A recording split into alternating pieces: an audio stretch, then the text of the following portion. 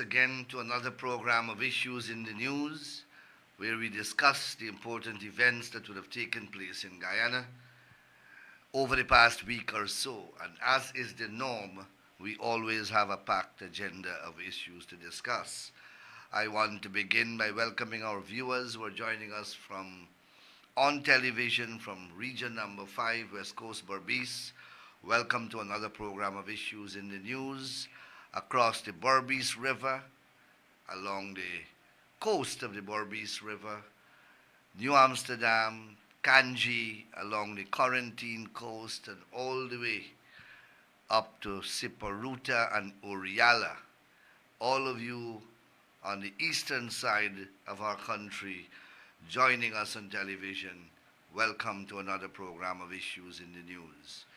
To our brothers and sisters who are joining us on Freedom Radio from Rob Street, Georgetown, welcome to another program of Issues in the News. And last but not least, to the thousands of you who are joining us on Facebook Live across the length and breadth of Guyana, the Caribbean, North America, Europe, Asia, Australia, Afghanistan, and so many of you, welcome to another program of Issues in the News.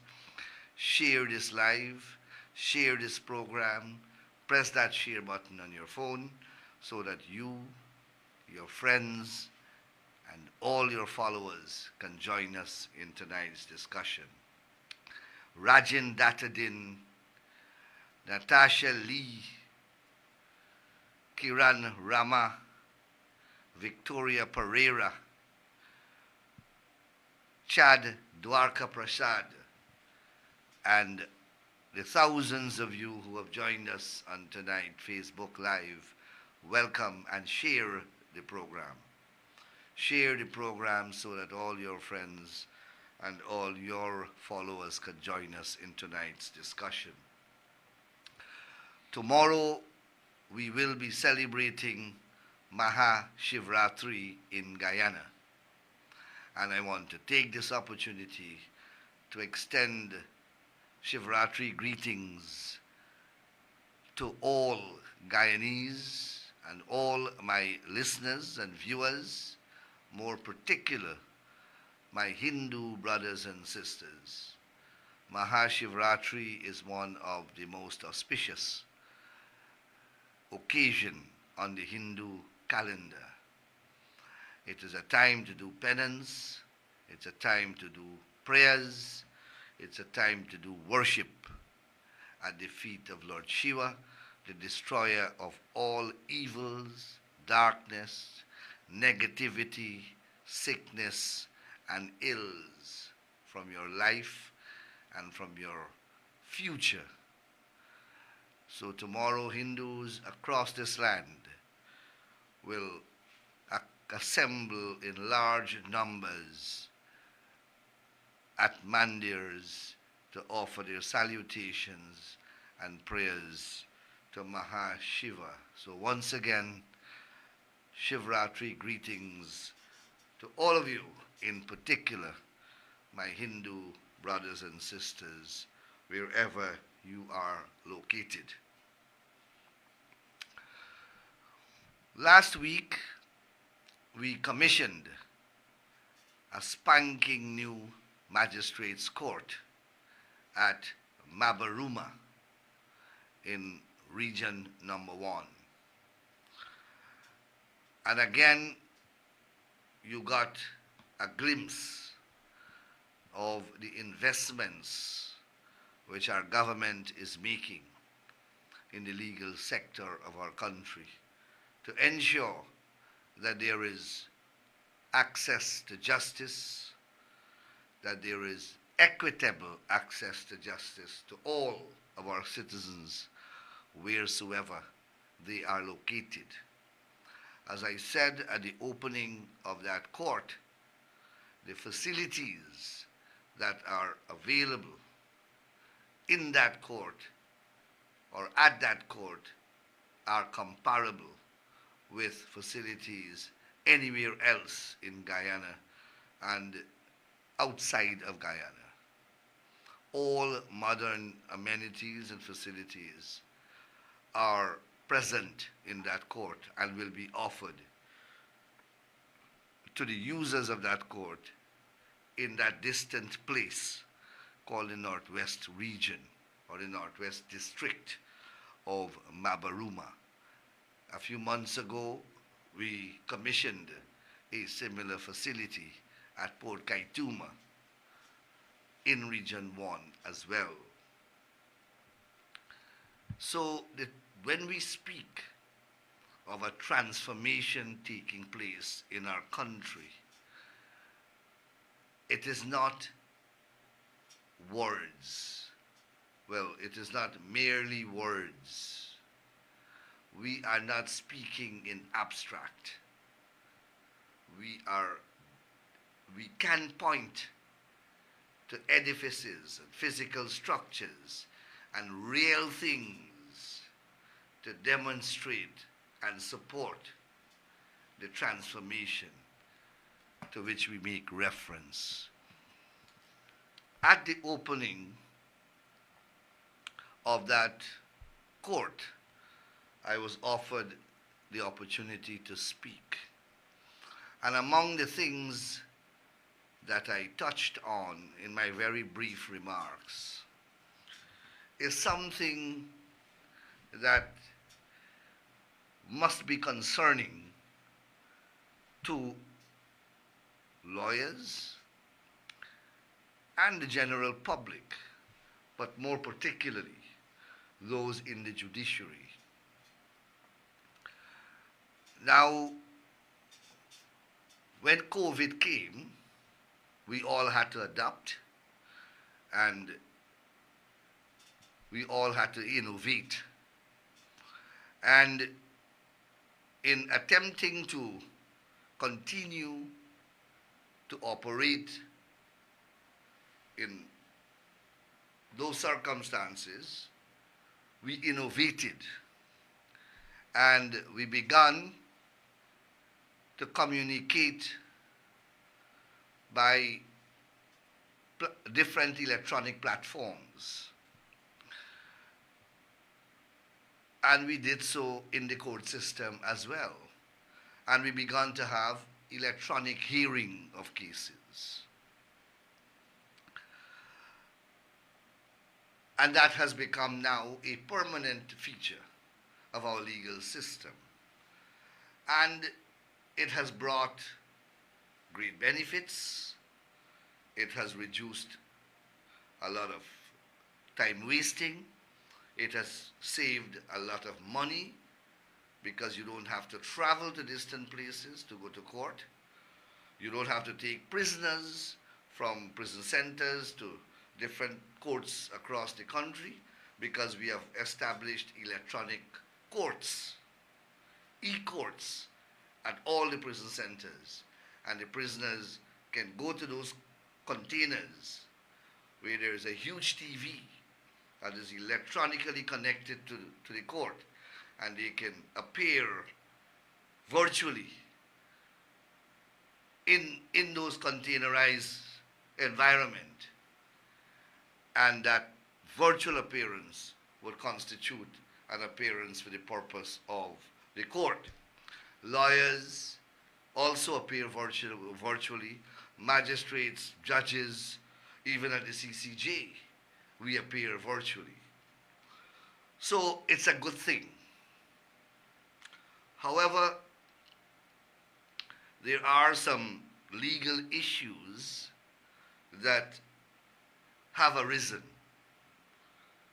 And one of those issues relate to something that I've observed occurring in the magistrate's court. And in the course of my presentation, I drew it to the attention of both the Chancellor and the Chief Justice. And from their interaction, I interpret that they agree with my sentiments. And it is this: magistrates are conducting criminal cases in relation to defendants who are outside of the jurisdiction. So a person is charged, and for whatever reason, they are permitted to leave the jurisdiction, they go, and they expect to remain overseas and attend court virtually for criminal proceedings. That is not permissible in law. The reasons are simple and would be known to any lawyer who understands law. And it is this: criminal jurisdiction is territorial. And a criminal court can only exercise jurisdiction over you if you are within the jurisdiction of the court. There is more logic in that than law. So if you are outside of the jurisdiction of the court can't try you because you are not within the jurisdiction of the court. The court can't exercise a jurisdiction over you when you are beyond the jurisdiction of the court. If you are found guilty, the court can't sentence you. The court can't deliver you to the prison authorities. The court can exercise coercive jurisdiction and power over you because you are not within the reach of the court, the jurisdictional reach of the court. Now there is a difference between that situation and a situation where a person may refuse to submit to the jurisdiction of the court and either has been served with a summons and is refusing to appear before the court, or absconds, so is granted bail and jumps the territory, leaves the country, jumps bail. Obviously, the fleeing of that person from the jurisdiction of the court cannot render the court impotent. If that is so, then every person who is charged, once granted bail, all they have to do is to escape. And the court would lose its jurisdiction. The law, as I always say, is based upon common sense.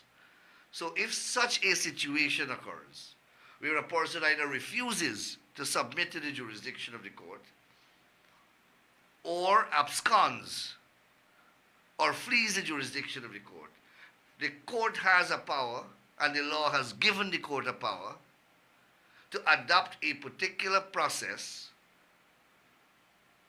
and proceed to hear and try the case ex parte, in which case a sentence can be imposed if the person decides not to come forward to defend him or herself in the court.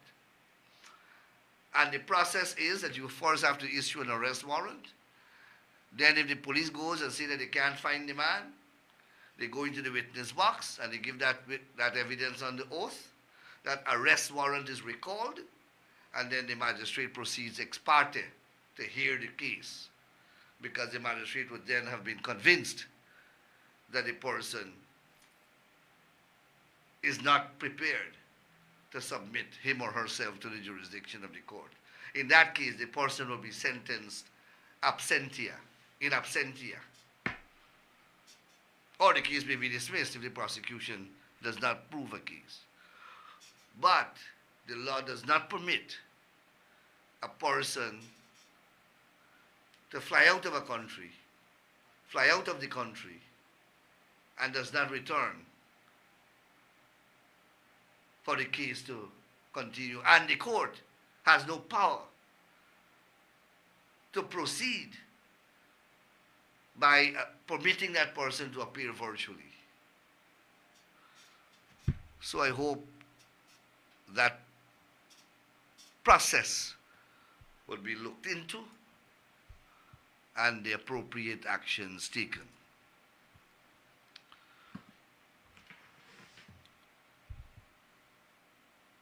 Last week, the APNU AFC issued a long press statement dedicated to me in relation to what I said on this very program. And it has to do with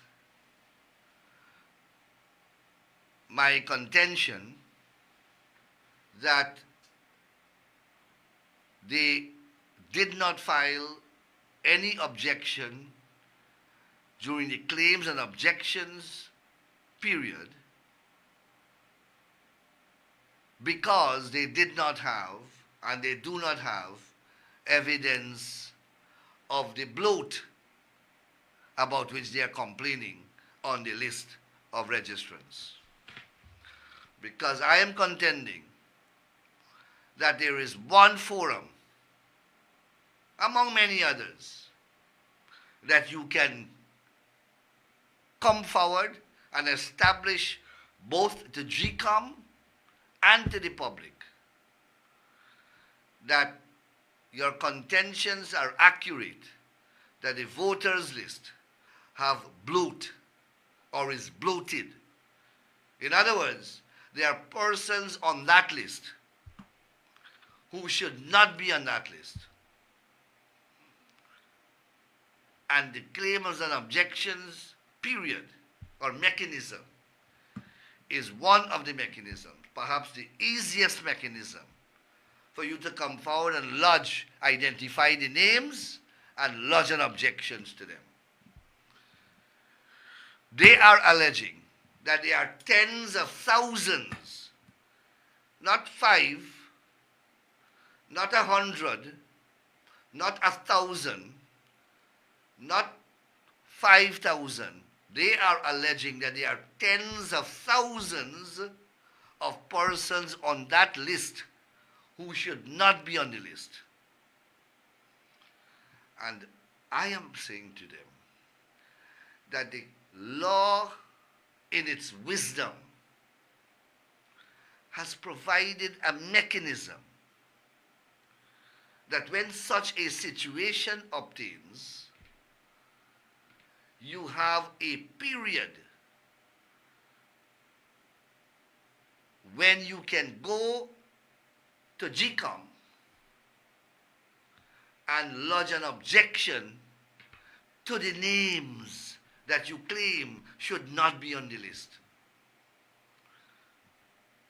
I reported to you, as GCOM reported to the public, that during the last claims and objections period, not one objection was lodged by the opposition. Not one. And I continue to say that their claim of tens of thousands of bloat on the list is a fanciful one. It's one that is without merit and one that they cannot prove in any forum. The claims and objections provided a platform. Claims and objections mechanism provided a platform for them not to prove the tens of thousands, to prove one. And that's what I said on the program. Not tens of thousands, prove 5, prove 10. You cannot prove one, and you expect any self-respecting organization or sensible person to take you seriously?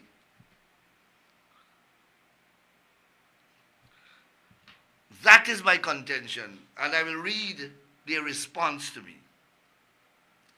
Last week, Attorney General Anil Nandlall, in an act of public deception, offered the ridiculous argument that because GCOM's recent report showed no claims and objections were received from the opposition, then no tangible evidence exists to substantiate the claim that the list is heavily flawed and unfit for credible elections.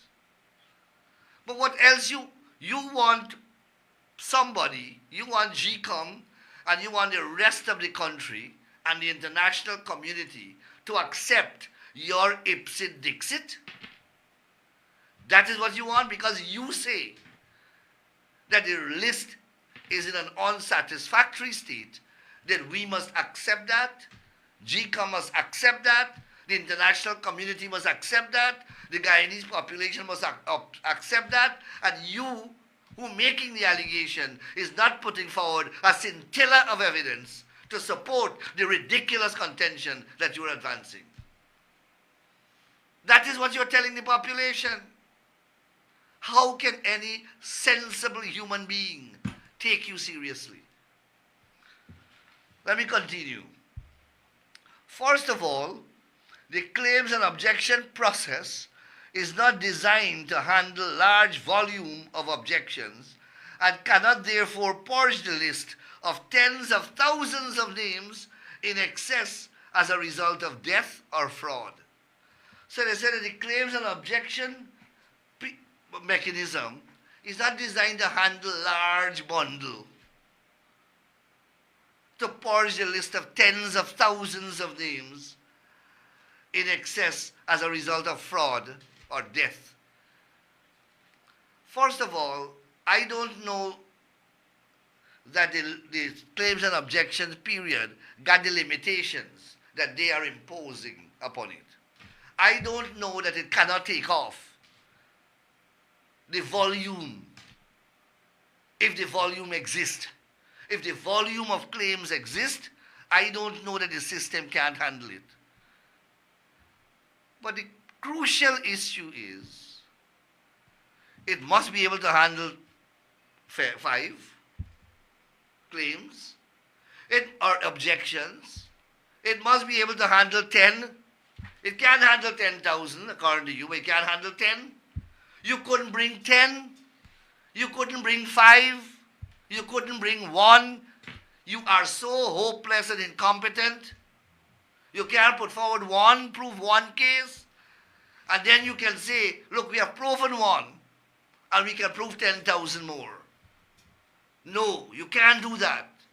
But we must accept, the rest of the country must accept your inane ramblings that tens of thousands of persons are on the list who should not be there. But you can't produce evidence of 1. I don't know how people take you seriously, honestly.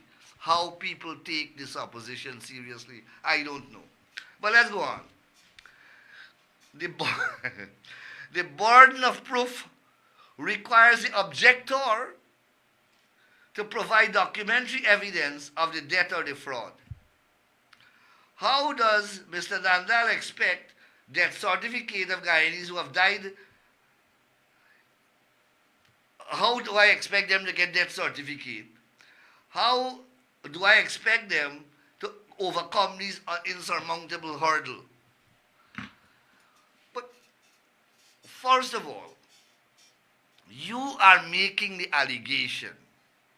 You can't expect that the world will come to a halt because you are making an allegation.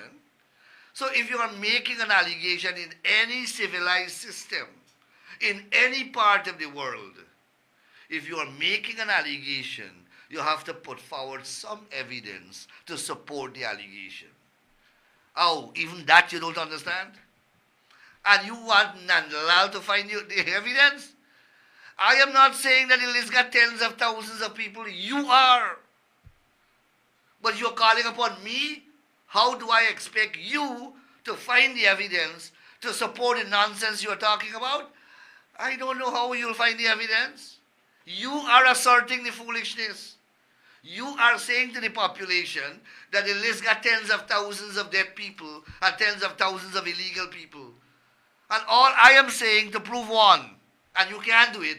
Now you turn the burden on me, and you're asking me how I will expect you to do it? What is wrong with you people? And you know, the truth of the matter is that they don't read anything. You know, it's a very simple process to make an objection. They're claiming that they have to produce documentary evidence. The burden of proof, however, requires the objector to provide documentary evidence. That is not true.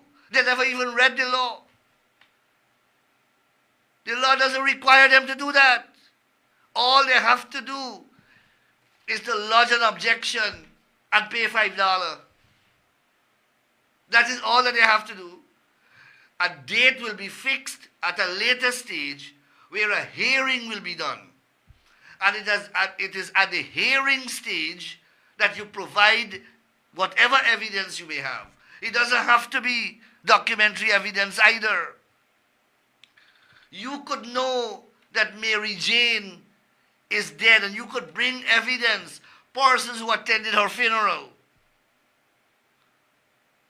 You can bring her neighbor to say that she's dead. You don't have to produce her death certificate. Let me explain to the public how this process works. It is in section 22, 23 of the National Registration Act. Go to the National Registration Act, it is online. It is from section 23, I think, all the way to about 28. So you lodge in each registration division, when the list is published, the preliminary list, you look at the list and you lodge the objection to the names that you think should not be on the list. And the list is divided into registration centers, divisions. So right across the country, you have several divisions. So in each division, you have a registrar. So if the PNC says on the division on the east coast of Demerara, you have 1,000 people who should not be on the list, well, they got to go and find the 1,000 names and lodge the objection to the 1,000 names with the registrar for that area. If it is 2 persons they are claiming should not be there, they lodge the objection against the 2 names. All the objections for that division will be collated in the end, and the list will be published and put on buildings in the registration areas. And they will put there for the whole village or the whole registration area to see all the names that are being objected to. A period is given for that scrutiny to take place. Upon the expiration of that period, then that registrar of GCOM, every division has a registrar, will then fix a time and a place to do a public hearing. And each claim will be heard. So if you have 5,000 claims, you can hear them together. And you bring your witnesses. They have not put forward one claim. And as I said, there is no requirement either at the lodgement of the claim or the objection or at the hearing for any written documentary evidence to be produced. You can prove many things without documents. But they are so lazy, they are so incompetent that they want to sit on their laurels and make wild, foolish, hairy-scary objections, condemnations on the electoral process because they know that they will lose. That is what they're doing. I'm not finished yet. They go on to say, oh, how do I expect them, how does Nandlall expect them to prove that persons got citizenship illegally? How? If you are saying that persons got citizenship illegally, don't you have to show some evidence upon which you have come to that conclusion? You want me to say You are telling the country that you got thousands of illegal citizens on the list. That's one of your contention. But you don't want to provide any evidence that these people are illegal, they obtain their citizenship by fraud. Do you know the process by which a person gets citizenship? You have to look at their passport, their date of entry. They have to be in Guyana between 5 to 7 years. Continuously in Guyana. You just want to say that there are 10,000 citizens illegally here and we must accept that? You don't want to prove nothing at all? And then when I raise an objection to your ridiculous claim, you're asking me, how do I expect you to prove it? Why did you say it? Why did you make the allegation in the first place? In civilized society, this is not how processes take place. You have to go in the jungle where you make allegations and you don't have to prove anything. But then it reminds me that up to now, you maintain that you won the last elections and you can't produce your statement of claim, statement of poll. It is the same principle all over again. You claim that you won the elections, but up to now, Granger have never seen the statements of poll. Aubrey Norton have never seen the statements of poll. Nigel Hughes have never seen the statements of poll. Who saw, who really saw these statements of poll? And where are they? Where is this deep guarded secret of yours? And you're running around the place saying that you won the elections and you want people to take you seriously. Then they come with this bogeyman story that they submitted a list of people who should not have voted. They submitted it to GCOM, who should not have voted at elections and who voted. And they want me, GCOM had sent the list to me and I sent it to the police. Now they're holding me responsible. They make up a fictitious list of people and they expect me to spend my valuable time to run behind that. I have no time nor energy to investigate these concoctions of yours. I was standing right there when Amna Ali concocted an allegation and tell me to my face that I was distributing ID card on elections day in 2020. You remember that? So I don't need second hand and third hand to tell me your capability of fabricating stories. Amna Ali looked at me in my face and said that I was distributing ID card on elections day. Basil Williams was right there. They looked at me and fabricated a lie to my face with a camera rolling. So I know you very well. You're not going to send me over some concocted list. You lie to me, lie about me, lie on me to my face. And the whole country saw that. And you expect me to run behind some list that you fabricated? And I recall very distinctly that there were hundreds of people whom you claim were in America and were all over the place and could not have voted. And those people came one by one on Facebook. They went to the television stations. They went to the newspapers and they made their story public. That they are here in Guyana, that they voted, and that you are lying on them. You think people will forget all of that? You think people will forget all of that?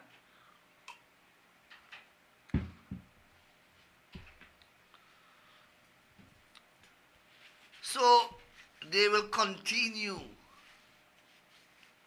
this concocted, demented narrative about rigged elections. Remember, you got to go back to 2020 elections, and if I have to do it every Tuesday night from now till election, I will do it. Remember, after the close of polls, they announced very happily that they won the elections. The pollings were done very smoothly. Remember that? And it's when they realized, when they checked the statements of poll, and they're now hiding. When they checked the statements of poll and realized they lost, hell broke loose.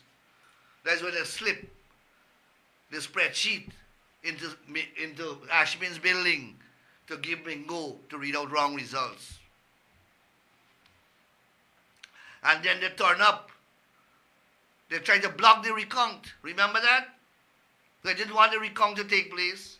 They fumigate all over the place. They started to cuss President Granger when he agreed to the recount. And then when they turn up on the recount, they start this fishing exhibition. All kind of madness.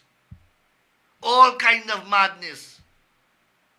And their own observers. Remember, they stopped Carter Center from coming in. They said they stopped planes from leaving and coming into the country. They say only one observer they will trust to observe the recount. Remember that? The CARICOM observer team. And when the CARICOM observer team, having observed the results, they chose them. They chose the CARICOM observer team. And when the people have given them the report, and the people have said that they were fishing, they were on a fishing expedition, they're making up allegations of dead people voting. They're making up allegations. The people have said the words were, they spread their net so wide, they caught very little. The people destroyed them, completely destroyed them in their report. And it is that same discredited narrative they're running about with. And up to now, they're peddling about some statutory documents missing from 40 polling boxes. And they're putting that at my doorstep.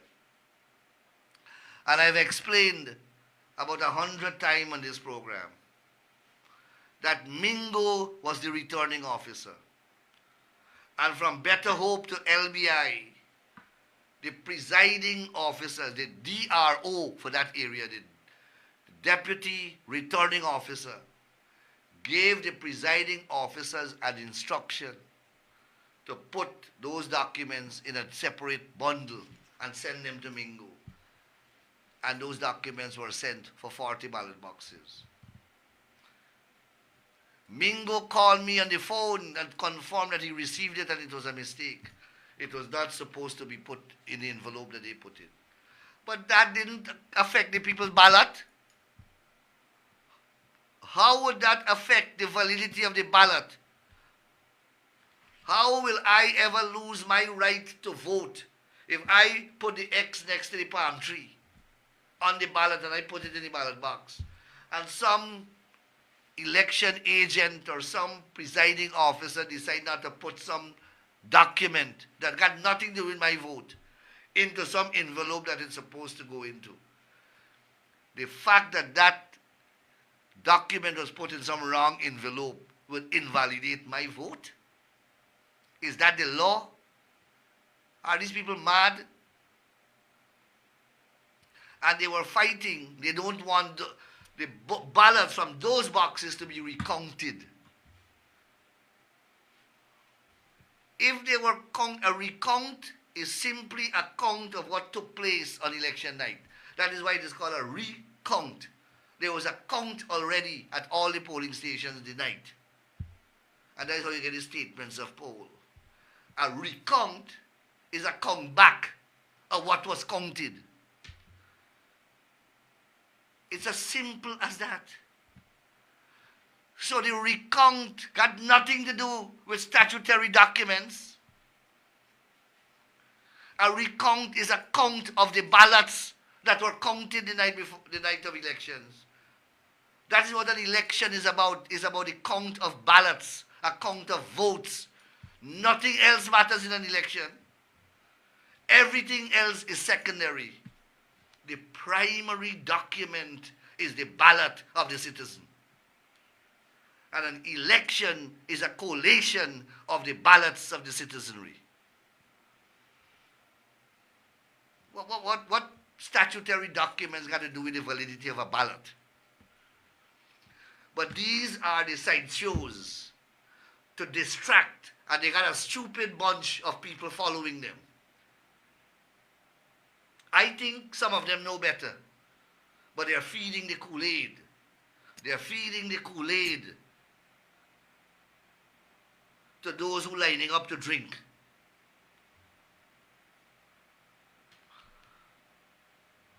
To those who are lining up to drink. And they already know that they can't win any elections. So from now to the elections, they have committed themselves to a path of destruction, obfuscation, and confusion. That's all that they're going to do. From now, mark my words. I've said it before and I'm reiterating it here. From now to the next election, that is all that they will do. They will confuse every issue out there. So they're going to continue this foolishness about biometrics. That biometrics will solve all the problems in the world. Nothing is wrong with our system. And I am saying to you, they want biometrics so that they could rig the elections with the biometrics. Because that's the only way that they can win. They can only win by stealing. It is as simple as that. They have never won an election, they don't know how to win an election, and they're not sensible enough to win an election. You can't put forward these arguments that they're putting forward and expect anybody, sensible people, to take you seriously. Yes, you will got the Kool-Aid drinkers on your side, but those are the only people that you will have on your side, and they can't take you home. They can't take you across the winning line. So the more you come up with these arguments, the more ridiculous you will sound.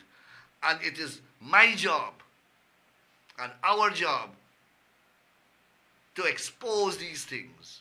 And I'm sorry if I have to repeat them, these arguments, over and over again, but I will do it to ensure that these arguments must not ever remain on the public record without a repudiation.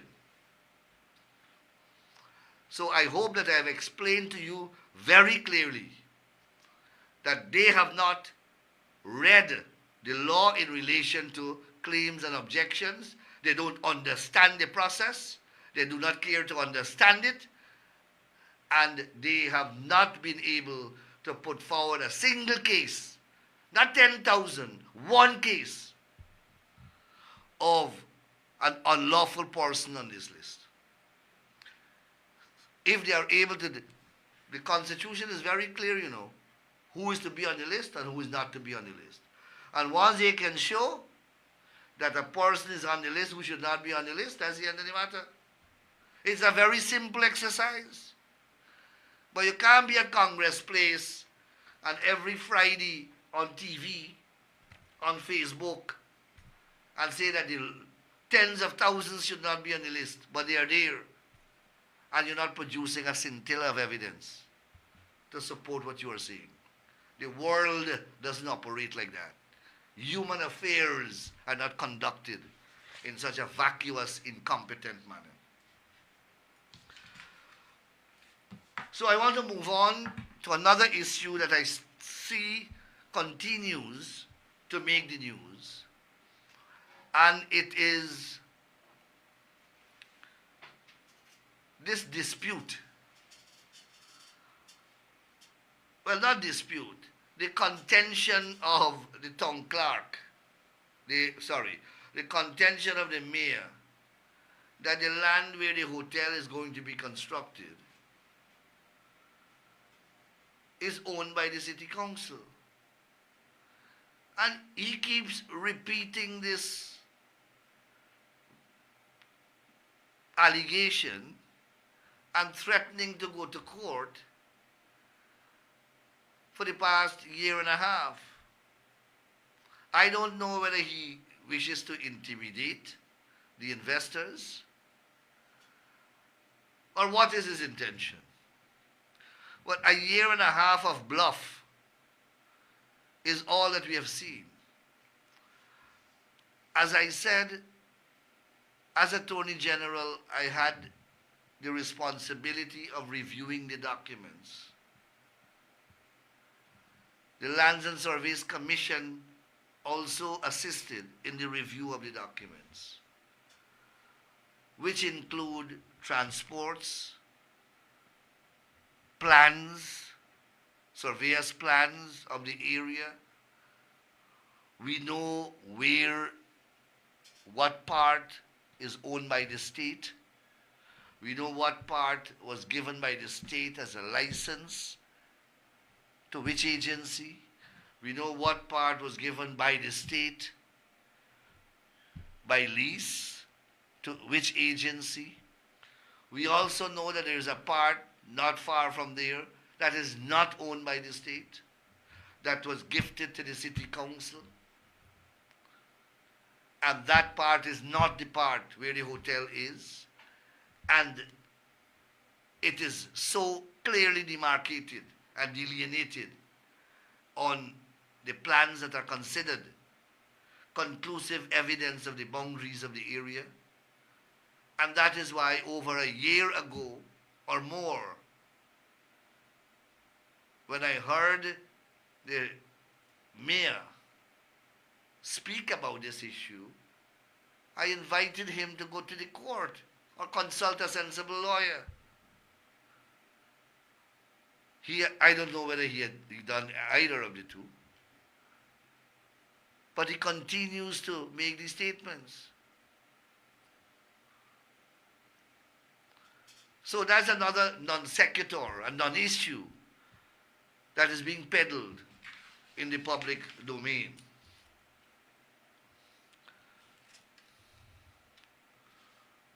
Somebody said Yubraj is trying, somebody in the, when I ask you all to comment, please comment intelligently. Somebody wrote here that Yubraj is trying to be Mahatma Gandhi. Please do not desecrate the Mahatma. Don't do that. The last issue that I want to speak about, and remember, share the program. Share the program so that all your viewers and your listeners and your friends, your followers can join in tonight's discussion. The last issue that I want to talk about briefly is something that has made the news over the past 2 weeks. And it is the perception index that was done by Transparency International that gave Guyana a particular rating in respect of corruption in public office. Now, I have no problem with international agencies or local agencies that are the watchdogs of society. I believe that governments and the public process should be the subject of critical scrutiny. I believe that if there is corruption, it should be stamped out. I believe that those who are implicated in corruption should be investigated, and where evidence found, charged. They should be charged. I am the minister responsible for the anti-money laundering, countering the financing of terrorism regime in Guyana, and that infrastructure, a large part of that infrastructure deals with ensuring against corruption, fraud, money laundering, organized crimes, etc. I headed Guyana's 4th round mutual evaluation, peer assessment, which was conducted by the Caribbean Financial Action Task Force. A team spent over 3 weeks in Guyana and then made several visits. That team examined various agencies across the public sector spectrum, from the Bank of Guyana to the Gold Board to the Guyana Revenue Authority, the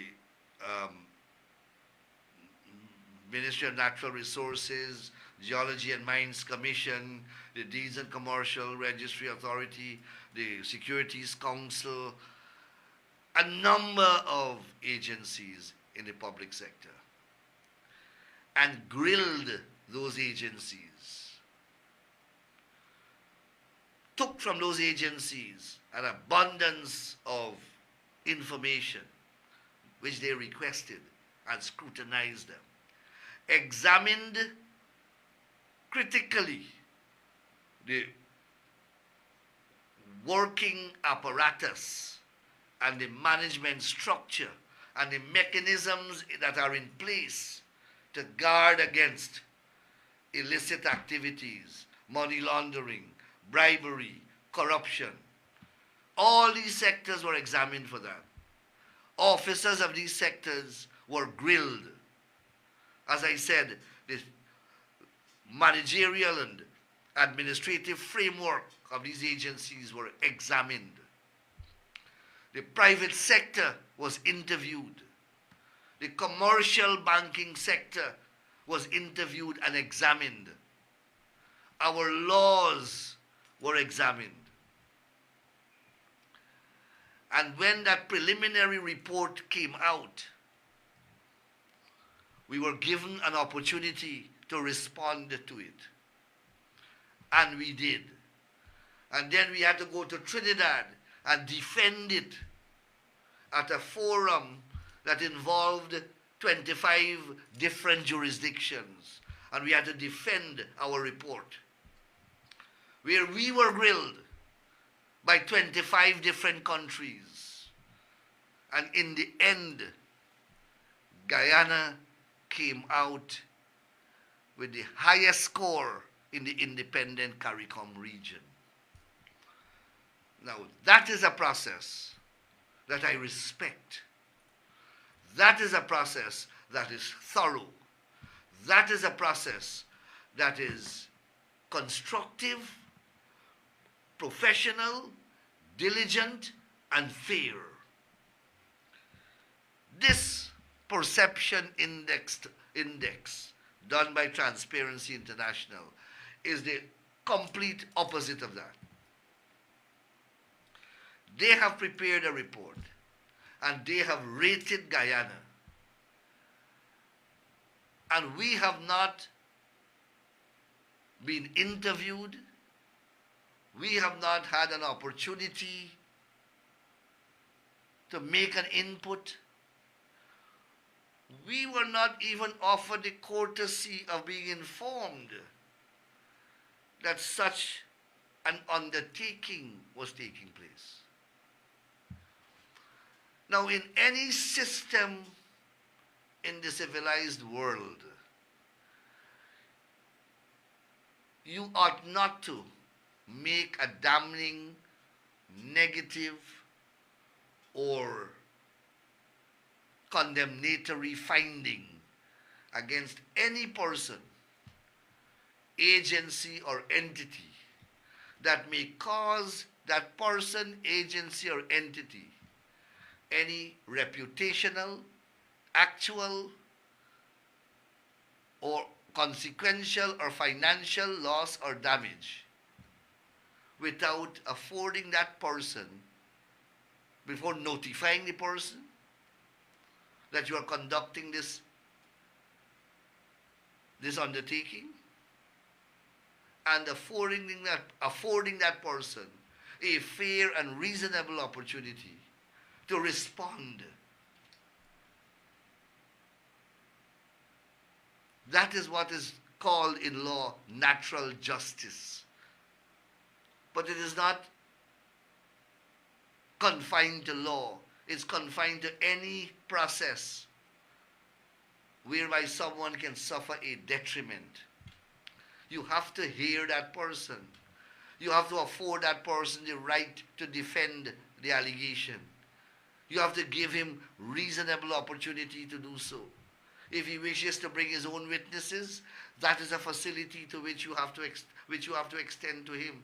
That is how fairness and law and justice operates.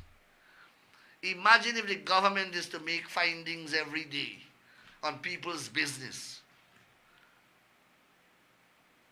and conclude the way that Transparency International has concluded on Guyana, concluded on people's business, without even informing the people that we are conducting such an exercise, or without extending to them the facility of fair representation or the facility of a hearing, but announce publicly that their business is corrupt. Imagine what will happen to those private businesses and how they will react to the government. We will be taken to court and sued for millions because we would have transgressed the law. We would have acted arbitrarily. We would have acted maliciously. We would have acted capriciously. We would have acted unlawfully. We would have acted contrary to the rules of natural justice. If we ever do that, every day we are being sued for those very reasons. The population is claiming that we have treated them unfairly. Somebody in the population. We have not given them a fair hearing.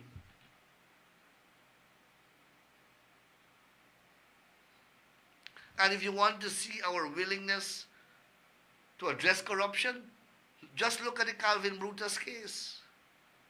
An assistant commissioner of police who the opposition said was in the PPP's camp was very close to the government.